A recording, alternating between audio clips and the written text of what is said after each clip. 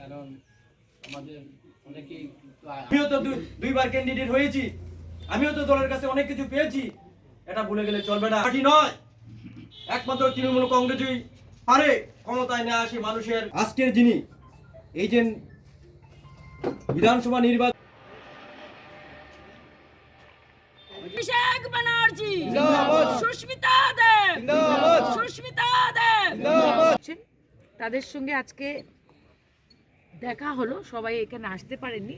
তো আগামী দিন আমি ত্রিপুরা রাজ্যের অন্যদিকেও সভা করে যারা রয়েছেন তাদেরকে নিয়ে বসে একটা সংগঠন তৈরি করার চেষ্টা করব।